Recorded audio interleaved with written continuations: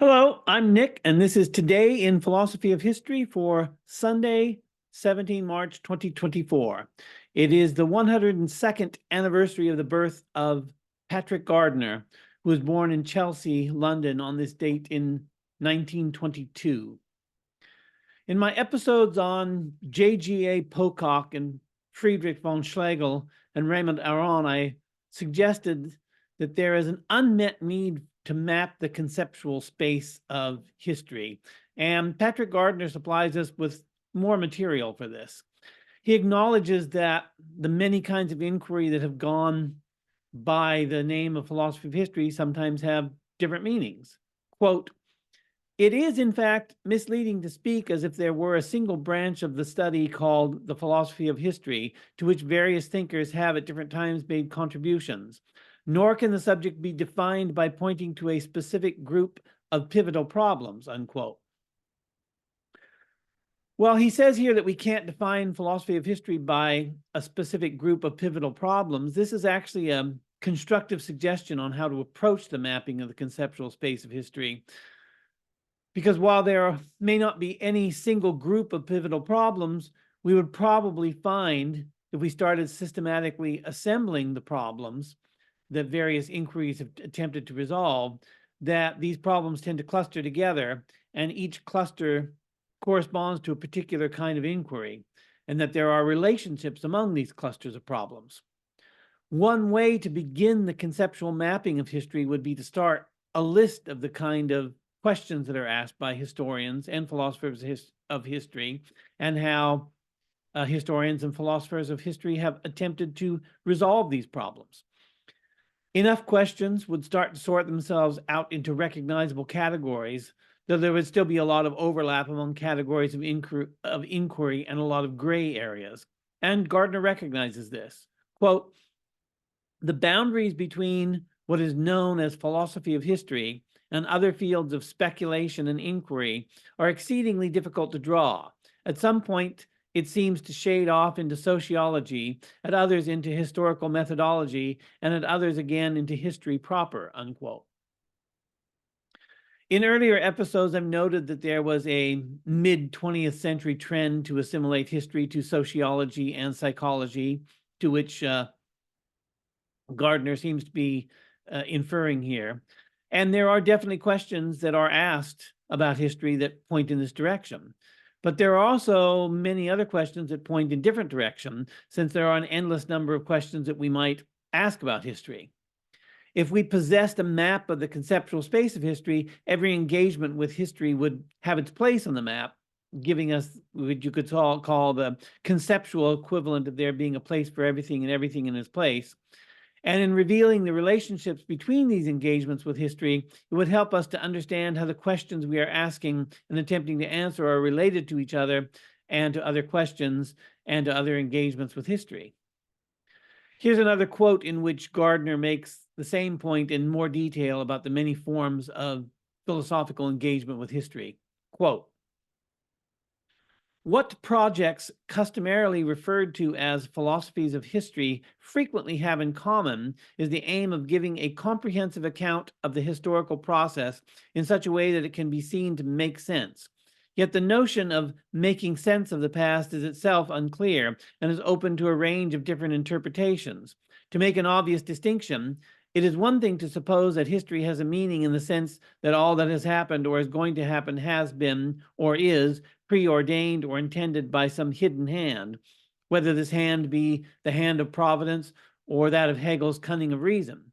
It is quite another to suggest merely that its course up to date has shown a trend in a certain direction, and perhaps to prophesy on the basis of this observed tendency what its future development will be. And it is another thing again to claim that historical events conform to particular causal laws in terms of which past occurrences can be explained and future changes predicted. Further, while some theories of the historical process have been propounded, as it were, in isolation, others can only be understood as forming part of a wider scheme in which they have a definite place. Hegel's theory, for example, falls into the latter category," unquote. So everything I've quoted so far from Gardiner comes from his introduction to a collection of papers. He edited the Oxford Readings in Philosophy volume on the philosophy of history. And this is probably the appropriate attitude to take for someone who is the editor of a collection of papers in order to present the reader with a broad survey of various methods that have been brought to some discipline like philosophy of history. But there's also reason to believe that Gardiner carried this attitude into his own work. And we could call this attitude eclecticism if we wanted to belittle it, or we could call it pluralism if we wanted to be kinder. Whatever you want to call it. Gardiner seems to have been open to a variety of approaches. There's an excellent overview of Gardiner's life and work by A.E. Denham, published in Proceedings of the British Academy in 2006. Denham says that Gardiner resisted every philosophical fashion that came and went over his years as a professor. Quote, certain of his peers embraced first one local philosophical fashion and then another. Ayer's logical positivism captivated Oxford philosophy in the late 1930s and was still setting the tone on Gardiner's arrival in 1940. This enthusiasm gave way in the later 1940s and early 1950s to an equally intense one for Riley behaviorism and other Wittgenstein-inspired passions, on the heels of which followed an almost reverential preoccupation with Austinian linguistic analysis in the 1960s and into the early 1970s. Finally, in the last years before Gardiner's retirement in 1989, arrived Oxford's decade-long enchantment with the American philosopher Donald Davidson and everything to do with the truth-conditional semantics he had inspired, a phase with which Gardiner, by then long accustomed to Oxford's vulnerability to passing infatuations, was much amused, unquote. Gardiner carried this amused detachment from philosophical fashion into his own work on historical explanation. In his book on historical explanation, he wrote, quote, explanation is a vague concept. We may explain somebody's headache by saying that he has been sitting too long in the sun or that he has been working too hard, but we may also explain it by saying that it is a symptom of an oncoming attack of influenza. We may explain somebody's manners by saying that he has been badly brought up, but we may also explain them by saying that he has an unfortunate personality. We may explain somebody's arithmetical calculation by saying that he learnt mathematics at school, but we may also explain it by saying that he has observed the rules of long division, unquote. To make any progress with the problem of historical explanation, we need to address the ambiguity of explanation. So what is an historical explanation trying to accomplish? What does it mean to offer an historical explanation of an event? Gardiner begins with a common conception of explanation. Quote, Hume argued that when we are said to explain an event, we refer to another event or set of events of a type which has always been observed in our previous experience to accompany the type of event to be explained. Another way of putting this is to say that an event is explained when it is brought under a generalization or law. It becomes an instance of a general rule stating that, given the presence of certain initial conditions, events similar to the one to be explained will occur. Such a rule or universal hypothesis may be regarded as asserting a regularity of the following type. Whenever an event of a specified kind C occurs at a certain place and time, an event of a specified kind E will occur at a place and time which is related in a specified manner to the place and time of the first event, unquote. This is intended as an explanation of events in terms of law, but Gardiner, I would say pointedly, doesn't refer to this as the covering law model, and he doesn't even mention Carl Hempel until more than halfway through the book when he tries to give a more precise account of what Hempel means by an explanation sketch. The discussion of explanation in the book is very careful. I would even call it meticulous. And Gardiner goes so far as to argue at the end of the book that the difference between materialistic conceptions of history, for which he takes Marx as an exemplar, and idealistic conceptions of history, for which he takes Collingwood as an exemplar, are the result of distinct presuppositions about explanation. Quote, the conflict supposed to exist between materialistic and idealistic interpretation of history is an illusory one. We are not confronted by two realms of causes intersecting or running across one another. What are we confronted by?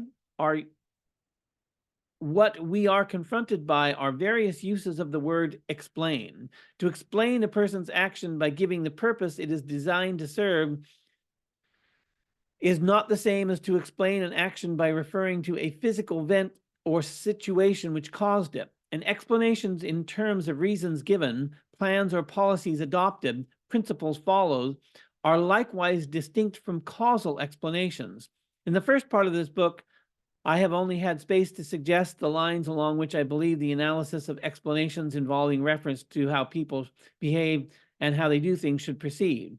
I have not been able to consider such explanations in all the variety of their occurrence in history books, but what I have been concerned to show is the kind of confusions that arise when it is imagined that different types of explanation imply the existence of different types of causes, unquote. Gardiner only mentions Raymond Aron in a footnote in this book, and without any real discussion. But in some ways, I think his work resembles Aron's recognition of pluralism in his different conceptions of explanation that he considers, and the different, frankly, very different philosophies of history, like Marx's materialism and Collingwood's idealism, that he covers under his own explanation of what historians are trying to do and what philosophers of history are trying to do. But one can also clearly see the influence of Ryle and linguistic philosophy. Gardiner may not have followed the fashion of linguistic philosophy as Denham observed, but he was far from being untouched by it. Even on the final page of his book on historical explanation, he merely recommends more inquiries into other possible meanings of explanation. And Gardiner doesn't really give the reader much to take home, you could say. There is very little suggestion of a bigger picture behind the desire to analyze the role of explanation in history, and it's hard to imagine why he spent so much effort to clarify the idea of historical explanation and didn't reflect on the motivation for providing a clear explanation of historical events. In this sense, we could say that Gardiner is the paradigmatic analytical philosopher of history. An analytical philosopher might say that he never lowered himself to the consideration of substantive philosophy of history, and all the better. Whereas a speculative philosopher of history might say that his work fell short of what it might have accomplished, since his analysis of historical explanation tells us nothing about that which is explained by a historical explanation. So, happy birthday, Patrick Gardiner, and thanks for listening.